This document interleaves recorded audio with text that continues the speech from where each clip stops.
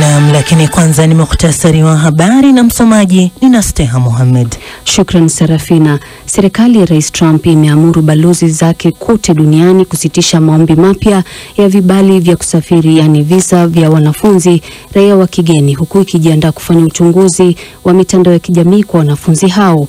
Hii ni sehemu ya mpango wa Rais Trump dhidi ya baadhi ya vyuo vikuu ambavyo ni maarufu zaidi nchini Marekani na ambavyo vinategemea wanafunzi wa kigeni kwa ufadhili wao.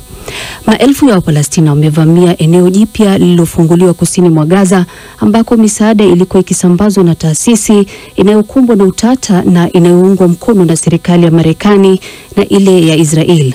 Mfumo huo mpya haushirikishi idara yoyote ya Umoja wa Mataifa wa kusambaza misaada, na hivyo Umoja wa Mataifa umeutaja mpango huo kama usioweza kutekelezeka. Jimbo la Texas nchini Marekani limepitisha sheria mpya inayozitaka kampuni za Apple na Google kudhibitisha umri wa wateja wa programu zao. Kuanzia mwaka ujao, mtu yeyote aliye na umri wa chini ya miaka 18 atahitaji idhini ya mzazi ili kupakua programu au kufanya ununuzi wa programu. Apple na Google zimepinga mswada huo. Mfalme Charles ametoa hotuba katika bunge la Canada ambapo amesifu utambulisho wa kipekee wa nchi hiyo. Ziara ya mfalme huyo wa Uingereza inaonekana kama hatua ya uungwaji mkono kwa Canada baada ya wito wa mara kwa mara wa Rais Trump kutaka Canada kuwa jimbo la 51 la Marekani. Na hatimaye mwigizaji wa Afrika Kusini Presley Chwenengai, ambaye alitambuliwa kimataifa kwa uigizaji wake katika filamu ya Tsotsi, amefariki dunia akiwa na umri wa miaka 40. Filamu ya mwaka 2005 ilishinda tuzo ya Oscar ambayo ilikuwa ya kwanza ya Afrika Kusini kwa filamu bora ya lugha ya kigeni. Hii ni BBC. Na mukhtasari wa habari umesomwa na Nasteha Mohamed. Msikilizaji, unasikiza matangazo ya Amka na BBC kutoka idhaa ya Kiswahili ya BBC, na vilevile unaweza kuyapokea kupitia redio wa shirika mbalimbali na yako kwenye internet katika bbcswahili.com ama kupitia ukurasa wetu wa Facebook BBC Swahili. Hili uko nami Sarafina Robi. Tukianza ni kwa Palestina wamevamia kituo cha kusambaza misaada eneo la Gaza kinachoungwa mkono na Marekani na Israel ambacho kilikuwa kimefunguliwa karibu na mji wa Rafa. Mpango huu hauhusishi Umoja wa Mataifa bali unaendesha shughuli zake kivyake, na Umoja wa Mataifa umeukataa na kuutaja kama usio na maadili na usoweza kutekelezeka. Felis Mwate na maelezo zaidi. Video zilizochapishwa kwenye mitandao ya kijamii zinaonyesha matukio ya fujo. Jeshi la Israel linasema kwamba wanajeshi wake walifyatua risasi kama onyo ili kutawanyisha umati karibu na eneo hilo. Msemaji wa Umoja wa Mataifa Stefan Dujarric alielezea matukio hayo kuwa ya kuhuzunisha. Tukio hilo huko Rafa limekuja siku chache baada ya kuondolewa kwa muda kwa kizuizi cha misaada katika eneo ambalo Israel iliweka mnamo Machi tarehe 2, jambo lililosababisha uhaba mkubwa wa chakula na dawa. Waziri Mkuu wa Israel Benjamin Netanyahu baadaye alizungumzia tukio hilo na kukiri kwamba kulikuwa na hali ya kupoteza udhibiti kwa muda katika kituo hicho, lakini afisa mkuu wa kijeshi amesema kuwa licha ya hayo yote, shughuli hiyo ya usambazaji ilikuwa yenye mafanikio. Kulingana na wakfu huo wa misaada ya kibinadamu huko Gaza, GHF, unaoungwa mkono na Marekani, shughuli za kawaida zilianza tena baada ya utulivu kurudi. Na katika taarifa yake, ofisi ya mawasiliano ya Hamas nayo ilisema kwamba juhudi hiyo mpya ya Israel ya kusambaza misaada huko Gaza imesambaratika vibaya. GHF nayo vilevile ilitoa taarifa yake na kusema kwamba visanduku 8,000 vya chakula vimesambazwa hadi sasa, ambapo ni sawa na vifurushi vya chakula 1462. Israel imekuwa ikisaidia shughuli za shirika hilo la GHF za kusambaza misaada eneo la Gaza, huku likisema kwamba nia yao ni kuhakikisha msaada huo haufikii Hamas bali unafikia raia. GHF ambayo ilisajiliwa huko Geneva mwezi wa Februari haina afisi zozote zinazojulikana au wawakilishi katika eneo hilo lililo na uhitaji mkubwa wa msaada. Na Mfalme Charles wa Uingereza ametoa hotuba kwa Kiingereza na Kifaransa katika ufunguzi wa bunge la Canada. Mfalme ambaye ni kiongozi mkuu wa Canada alisema raia wa Canada wanakabiliwa na mabadiliko ambayo hawajawahi kutokea katika maisha yao. Amesema uhusiano wa washirika ikiwa ni pamoja na Marekani ulikuwa unabadilika, akisisitiza uhuru wa mataifa yote mawili. Waziri Mkuu wa Canada Makane alimwalika mfalme baada ya ushindi wake wa hivi majuzi katika uchaguzi mkuu. Kampeni yake iliangazia vitisho vya Trump kwa uhuru wa Canada. Na zaidi ya hayo ni kuwa mwendesha mashtaka wa kupambana na ugaidi nchini Ufaransa alitangaza kukata rufaa akipinga uamuzi wa mahakama ya rufaa ya Paris wa kusitisha uchunguzi kuhusu mashtaka dhidi ya Agathe Habyarimana, mjane wa rais wa zamani wa Rwanda Juvenal Habyarimana anayetuhumiwa kwa kuhusika katika mauaji ya kimbari nchini Rwanda, madai ambayo yeye anakanusha. Ifuatayo ni taarifa ya mwandishi wa BBC Yves Buchana akiwa mjini Kigali.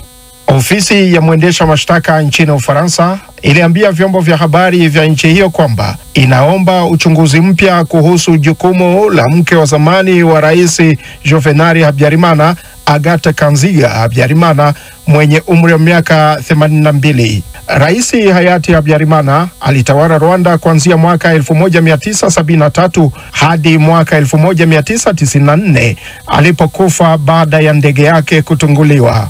Jumatano iliyopita, mahakama ya rufaa ya Paris ilitangaza kuwa hakuna uchunguzi mpya utakaofanywa kuhusu mashtaka dhidi ya Agathe Kanziga Habyarimana kwa kuhusika katika mauaji ya kimbari na uhalifu dhidi ya ubinadamu nchini Rwanda. Rufaa dhidi ya uamuzi huu uliotangazwa ni mpya katika kesi hii ambayo imekuwa ikiendelea kwa zaidi ya miaka 15 dhidi ya Agathe Kanziga Habyarimana ambaye anaishi Ufaransa na pia anatafutwa na mahakama za Rwanda. Ofisi ya mwendesha mashtaka wa Ufaransa inasema kuwa Agathe Kanziga alikuwa sehemu ya kundi dogo lililokuwa na nguvu za utawala likifahamika kama KAZU, ambalo lilijumuisha wanafamilia wa karibu, baadhi ya wanachama waandamizi wa chama tawala wakati huo MRND, na baadhi ya maafisa wa kijeshi ambao walikuwa na jukumu kubwa katika kupanga mauaji ya kimbari. Utetezi wa Agathe Kanziga unasema kuwa yeye ndiye mwathiriwa wa uhalifu wa kigaidi uliomuua mumewe. Agathe Kanziga amekuwa akichunguzwa na mahakama za Ufaransa tangu mwaka 2008 kufuatia malalamiko yaliyowasilishwa na muungano wa vyama vya kiraia vya Rwanda, lakini hajafikishwa mahakamani tangu wakati huo. Na tarehe 28 mwezi Mei huadhimishwa kama siku ya njaa ulimwenguni, fursa kwetu sote ulimwenguni kuwajibikia katika kumaliza njaa ulimwenguni mara moja. Wakati ulimwengu ukiadhimisha siku ya kukabiliana na njaa, raia pamoja na mashirika ya kibinadamu nchini DRC wanalalamika kuwa maelfu ya raia waishio mijini na vijijini mashariki mwa nchi hiyo wanakabiliana na baa la njaa inayosababishwa na vita vya makundi mbalimbali ya waasi ambao wamepelekea maelfu ya raia kuhama makazi yao. Chube Ngorombi anaarifu zaidi. Hapa ni shambani wilayani Nyiragongo, kanto mwa mji wa Goma, ambapo mama Sinata Suhya anapatikana na familia yake, mjane wa watoto 6. Mama huyo hapa shambani pamoja na wanawake wengine waliolazimika kuondoka makazi yao kufuatia vita wamejulisha kukabiliana na njaa, licha kuwa amerejea kijijini mwake eneo hili, ambapo amelezea malalamiko yake akiwa mkaadhi wa kijiji hiki cha Muja. Njala tulisakuwa nayo huku kwetu, tunateseka kusaa, tunaenda mshamba, tunakutana mimea yetu, chakula chetu na balisha vibebe, tunagoshangala, tunalie. Watu wa mingi balisha teseka sana, kubanyanyasha, kubafaa mbaya na kuwa vingine. Mama huyu ameongeza kuwa kuupanda kwa bei ya vyakula vijijini na mijini, ambapo vyakula viliharibiwa kufuatia vita, kumesababisha njaa na uhaba wa vyakula. Bei ya chakula imepanda, mfano mafuta, bunga, mchele na maharagwe. hatutaki. Sasa tunakosa kama tufae nini? Amani njo tunapenda. Watetezi wa haki za binadamu mashariki mwa Kongo DRC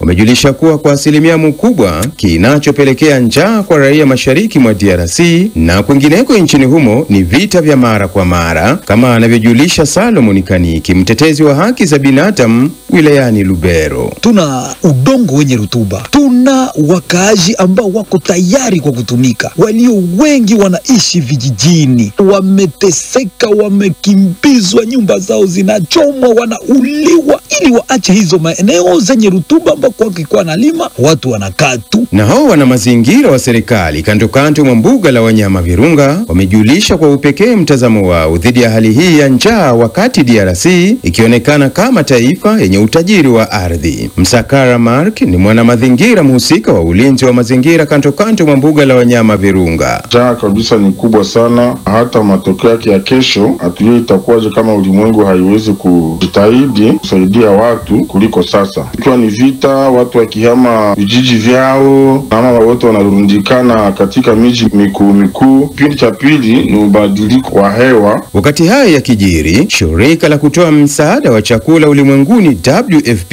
latangaza kuwa milioni 28 ya wakazi wa Kongo DRC, haswa katika majimbo ya mashariki mwa Jamhuri ya Kidemokrasia ya Kongo, huko Ituri, Kivu Kaskazini, Kivu Kusini na Tanganyika, sasa wanakabiliwa na ukosefu wa usalama wa chakula. Na sasa tuelekea viwanjani na Shadrack Mwansaso. Asante Sarafina. Jaji wa mahakama wa Argentina aliyekuwa anasimamia kesi ya madaktari wa nguli mwanasoka Diego Armando Maradona amekubali kujiondoa baada ya kushutumiwa na baadhi ya makosa kuhusu kesi hiyo. Jaji Julieta McIntyre alikanusha kuwepo kwa kikundi cha watayarishaji wa filamu ama sinema ndani ya mahakama na kusema kuwa alidanganywa. Kesi hiyo ilianza kusikilizwa tangu mwezi Machi, ikiwa ni zaidi ya miaka 4 baada ya nyota huyo wa soka kufariki akiwa nyumbani akiwa na umri wa miaka 60. Timu ya madaktari wa Maradona walishtakiwa kwa uzembe na kusababisha kifo cha mchezaji huyo. Mawakili wanaoiwakilisha familia ya Maradona walikuwa wametoa wito wa kuondolewa kwa jaji huyo, wakisema jaji huyo hakuwa na maadili kwenye kesi hiyo. Kwingineko, kinda wa klabu ya ligi kuu ya Hispania ya Barcelona ambaye kwa sasa anatamba katika ulimwengu wa soka, Lamine Yamal amesaini mkataba wa miaka 6 ndani ya klabu hiyo baada ya msimu huu kutamatika, ambapo alisaidia klabu hiyo ya Katarani kuweza kushinda mataji kwa maana ligi kuu, La Liga, UEFA Champions League, kombe la dunia la FIFA pamoja na Copa del Rey. Mchezo wa fainali wa michuano ya Ulaya ya Europa Conference League inapigwa hii leo Jumatano, ikizikutanisha timu za Real Betis ya Hispania dhidi ya Chelsea kutoka Uingereza kwa maana The Blues. Kuelekea fainali hiyo, Chelsea imekuwa ikipewa nafasi kubwa ya kuweza kutoa taji hilo katika msimu huu. Wakati huo mshambuliaji wa klabu ya soka ya Liverpool Mohamed Salah amesema anao uwezo wa kuweza kucheza soka akiwa na umri wa miaka 40 na kwa sasa ana mpango wa kwenda kucheza soka nchini Saudi Arabia. Mwisho wa dondoo za michezo asubuhi ya leo. Shukrani Sarafina Rawi.